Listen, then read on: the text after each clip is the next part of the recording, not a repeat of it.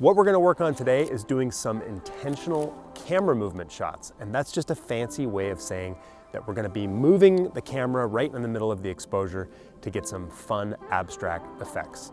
And today I'm just gonna use my trusty 24 to 105 millimeter zoom, but you could also use a standard lens like the 50 millimeter, for example. And in fact, a lot of different lenses will work. Okay, let's dive in.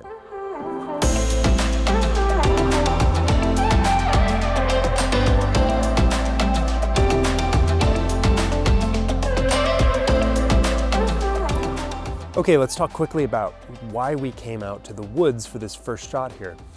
So we're gonna pan the camera, we're gonna move a couple different directions. The first shot that I'd like to try is one where I move the camera vertically. So I needed to find a subject that had sort of a vertical orientation to it. So I guess the first thing that I would encourage you to do is to think about what kind of subject you're gonna photograph, and then think about sort of the direction of movement that you want to play with. I'll start off by just mentioning that I've switched the camera over to shutter priority mode. That's going to let me just concentrate on finding a shutter speed that works, and the camera can figure out everything else. So yeah, I'm just starting off with 1/4 of a second in this case. I'm going to start up high, trigger my shutter, 3, 2, 1, move it down, and hey, kind of fun. We're getting some cool shots already, and it's just going to be a matter of fine tuning from here. We might need to speed the shutter up a little bit.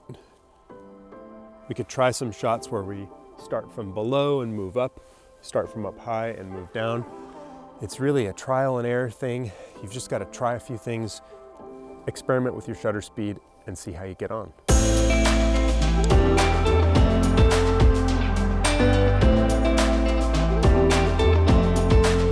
Okay, so I just stole the tripod from my cameraman here because I noticed a little problem in the shots I was taking handheld.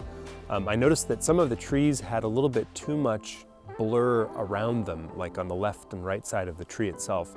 And I'm really going for that distinct kind of vertical line movement here. So let's do a couple more shots here. I'm gonna slow the shutter down a little bit. This time I'm using a 1/2 second exposure, and I'm gonna start down low and see what we get. This is looking really cool. It's definitely the type of picture you could use as a screensaver or a desktop image on your computer. Okay, so I've just found out a couple things about the shutter speed as I've been taking some shots here. And the first thing is being on the tripod is much different from shooting these handheld.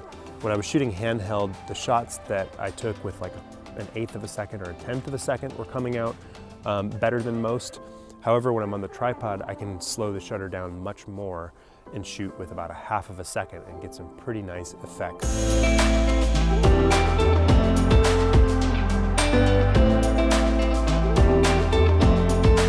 So we're now down in the city and we're looking for anything that's horizontal to play with.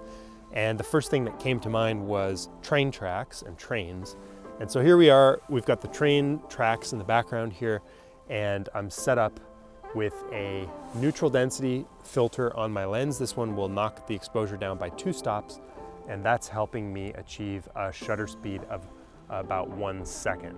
I've got 1 second, f9, ISO 50, and I'm just focused on the train tracks, and I'm waiting for my subject to come by.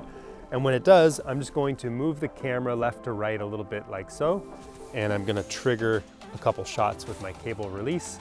And yeah, we'll see what we get. Hopefully the train has some color on it, because that'll just help maybe draw a little bit more attention, but we'll see. We'll see what we get. Ooh, here comes our train, here comes our train.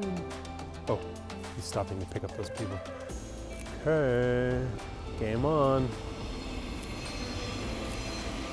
I had time for 1 shot. Okay, pretty abstract. I think I achieved that goal.